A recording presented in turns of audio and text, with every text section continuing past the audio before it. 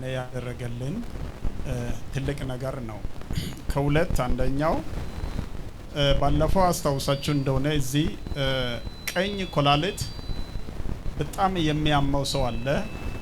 በዚህ ጉባኤ መካከል ፌል የሆነ ሲዲያ ያለው ካለ ተነሰልኝ ነቢዩ ሲል ተነሳው።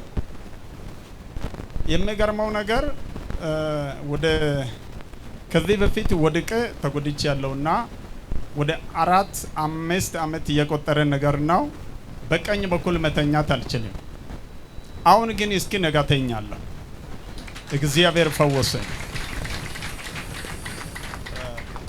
ከስራ አንፃር በጣም ወደዚህ ለመምጣት በጣም እለት ቢመጣ አልጠላም፣ ግን ከስራ ተጽዕኖ ምክንያት ሊመጣ አልቻልኩም። ግን እግዚአብሔር ለምስጋና በቅቷል፣ ስሙ ይባረክ። ሁለተኛው ነገር እኛ ያለንበት ያው ገዢው በጣም ተጽዕኖ ያለው ሰው ነው። በስራ በጣም ተጽዕኖ ነበር።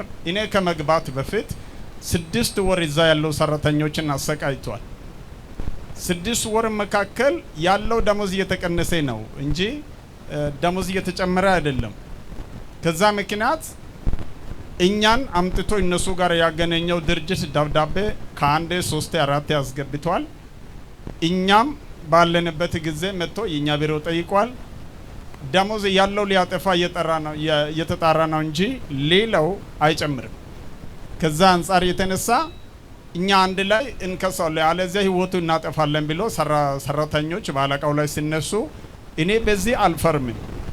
እግዚአብሔር እኛን እንዲቀጣ ምናልባት ፈልጎ ከሆነ ጊዜው እስኪጨርስ እኛ ንሳ እንገባለን፣ ካልሆነ ግን ወይ ደሞዙ ይጨምራል ወይ እግዚአብሔር እሱ ያነሳል አልኩት። እናንተ 6 አመት ቆይተናል ትላላችሁ፣ እኔ ደግሞ 6 ወር ጸልያለሁ፣ ከዚህ አልፈም ወይ አሳልፈም ደሞዛችን አልኩት። በእውነት አምላክን እናያለን ጸልያለሁ። ከዚህ ዛይት ይሁድ ቀን ነበርና ማንም ስለማይገባ ከማጸዳጃ ቤት ጀምሮ እስከ ቢሮ ድረስ አፈስሼ በእንብርክክ የጄ ጸለይኩ። በ6 ወር ሳይሞላ በ3ኛ ወር እግዚአብሔር አነሳው። ከዛ ቀጥሎ ደግሞ ደሞዛችን የመጀመሪያ ባለው በይጥፍ ነው የተጨመረልኝ። እግዚአብሔር ይሰራል። አሜን። አንድ ነገር የሚያስበው ነገር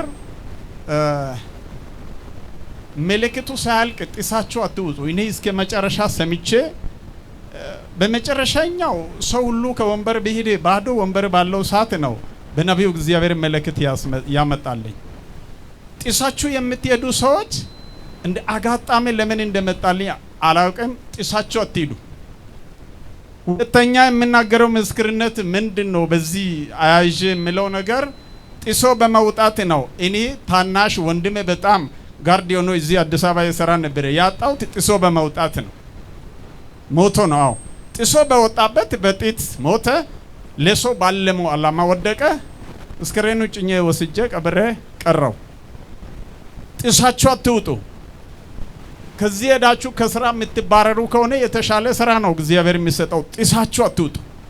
እግዚአብሔር መልእክቱ የሚሰጠው በመጨረሻ ከሆነ መጨረሻውን ጠብቁ። ጥሳችሁ አትውጡ የሚለው ነገር እንደ አጠቃላይ መልእክት ስለገባኝ ብዙ ጊዜ ጥሶ የሚወጡ ሰዎች እየፈራው ስለነበርኩ ሊያስተላልፍ ወዳለሁ። እግዚአብሔር በሁለቱ መካከል ድንቅ ስራ ሰርቶልናል።